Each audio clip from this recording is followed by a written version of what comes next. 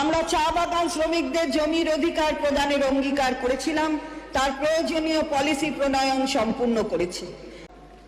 উদ্বৃত্ত জমি ফিরিয়ে নিয়ে প্রায় 23,000 চা বাগানের শ্রমিকদের মধ্যে প্রত্যেককে সর্বোচ্চ 5 শতক পর্যন্ত বাস্তু জমির পাট্টা প্রদান করা হয়েছে এবং প্রত্যেককে বাড়ি বানানোর জন্য চা সুন্দরী এক্সটেনশন স্কিমে 1,20,000 টাকা করে আর্থিক সহায়তা দেওয়া হবে।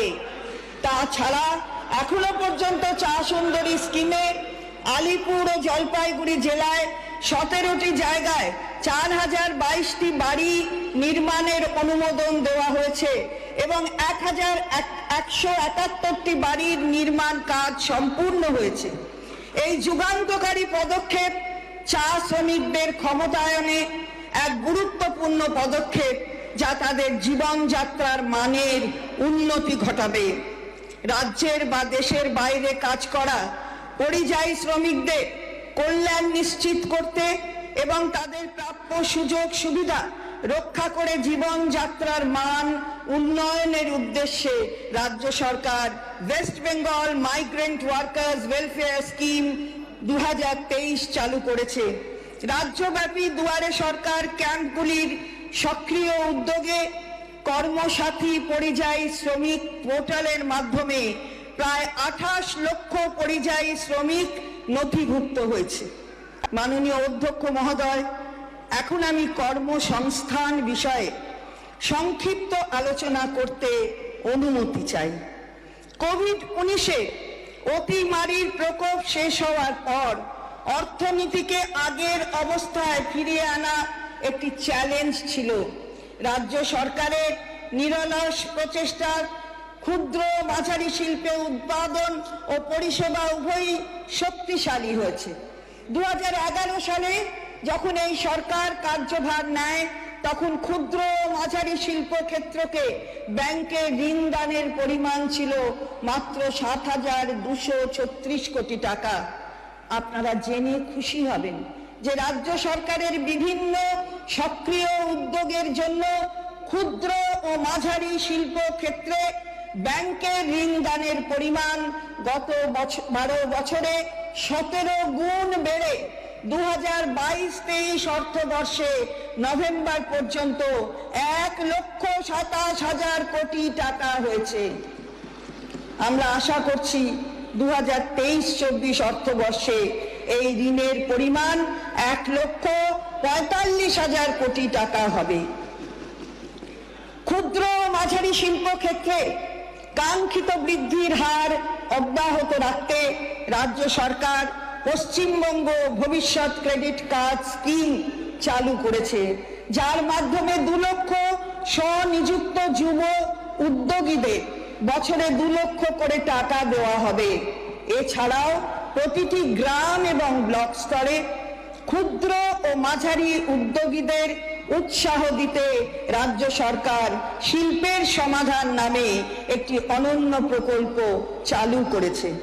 সাম্প্রতিক কালে রপ্তানির সম্ভাবনা বৃদ্ধির উদ্দেশ্যে রাজ্য সরকার West Bengal export promotion policy 2023 সমেত একগুচ্ছ কর্মসূচি হাতে নিয়েছে। এই রপ্তানি নীতির উদ্দেশ্য হল আগামী কয়েক বছরে দেশের রপ্তানি ক্ষেত্রে রাজ্যের রপ্তানির অংশ দ্বিগুণ করে রাজ্যকে ভারতের আন্তর্জাতিক ট্রেডিং হাবে, global trading hub of India পরিণত করা।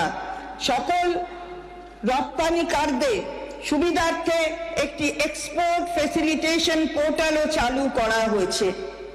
ক্রমবর্ধমান লজিস্টিক সেক্টরে উন্নয়নের স্বার্থে বিশ্ব ব্যাংকের সহায়তায় West Bengal logistics sector development policy 2023 ঘোষিত হয়েছে।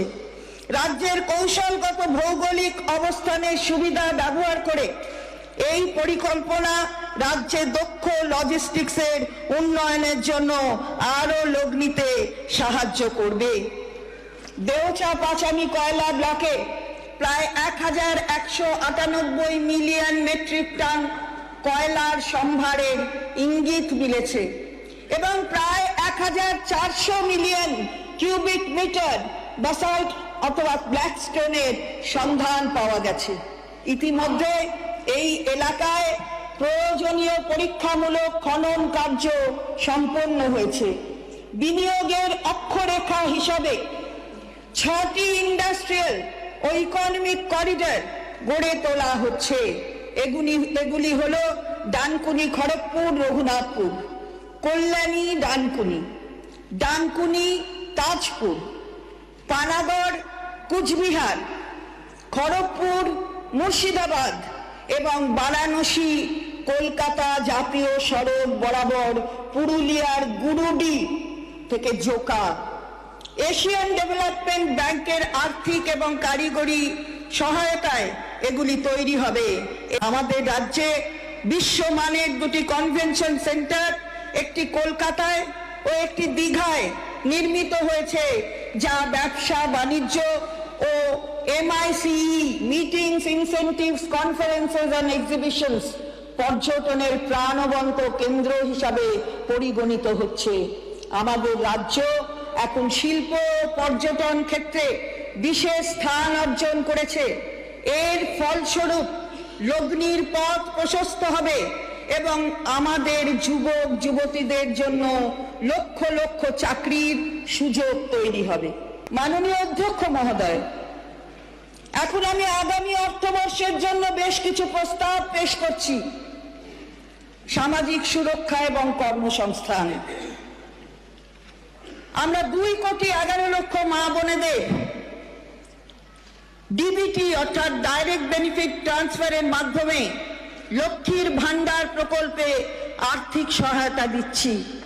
আমাদের মা বোনেদের হাত আরো শক্ত করার জন্য এই মা মাটি মানুষ সরকার আনন্দের সঙ্গে জানাচ্ছে যে লক্ষ্মীর ভান্ডার প্রকল্পে তফসিলি জাতি এবং জনজাতি শ্রেণীর জন্য আর্থিক সহায়তা বৃদ্ধি করে মাসিক 1200 টাকা এবং অন্যান্যদের জন্য এই সহায়তা বৃদ্ধি করে মাসিক 1000 টাকা করা হবে।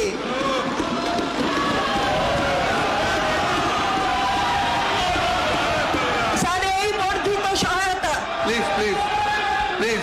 স্যার এই বর্ধিত সহায়তা এপ্রিল 2000 আমরা 2,11,00,000 মা বোনেদের ডিবিটির মাধ্যমে লক্ষ্মীর ভান্ডার প্রকল্পে আর্থিক সহায়তা দিচ্ছি। আমাদের মা বোনেদের হাত আরো শক্ত করার জন্য এই মা মাটি মানুষ সরকার আনন্দের সঙ্গে জানাচ্ছে যে লক্ষ্মীর ভান্ডার প্রকল্পে তফসিলি জাতি এবং জনজাতি শ্রেণীর জন্য আর্থিক সহায়তা বৃদ্ধি করে মাসিক 1200 টাকা এবং অন্যান্যদের জন্য এই সহায়তা বৃদ্ধি করে মাসিক 1000 টাকা করা হবে।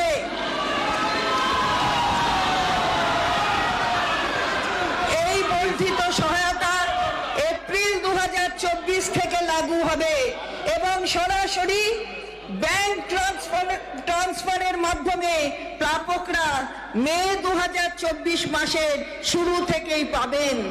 এর জন্য অতিরিক্ত বার্ষিক 12,000 কোটি টাকা বরাদ্দ করা হয়েছে। 60 বছর বয়স অতিক্রম করলে লক্ষ্মীর ভান্ডারের প্রাপকেরা সোজাসুজি বার্ধক্য ভাতার আওতায় চলে আসবেন এবং একই আর্থিক সহায়তা পেতে থাকবেন। আধুনিক পোশাক কালেকশনে বিশাল অফার। ফ্যাশন প্লাজায় আপনার শপিং জমবে এবার। লেডিসের জন্য স্পেশাল ডিজাইনার পোশাক ও কিডসের জন্য ট্রেন্ডিং পোশাকের জন্য আসুন ফ্যাশন প্লাজায়। ফ্যাশন প্লাজা, চকদিঘি মোড়, অভিযান সংঘের পাশে, মেমারি। মোবাইল 9641613591। আধুনিক পোশাক কালেকশনে বিশাল অফার। ফ্যাশন প্লাজায় আপনার শপিং জমবে এবার। লেডিসের জন্য স্পেশাল ডিজাইনার পোশাক ও কিডসের জন্য ট্রেন্ডিং পোশাকের জন্য আসুন ফ্যাশন প্লাজায়।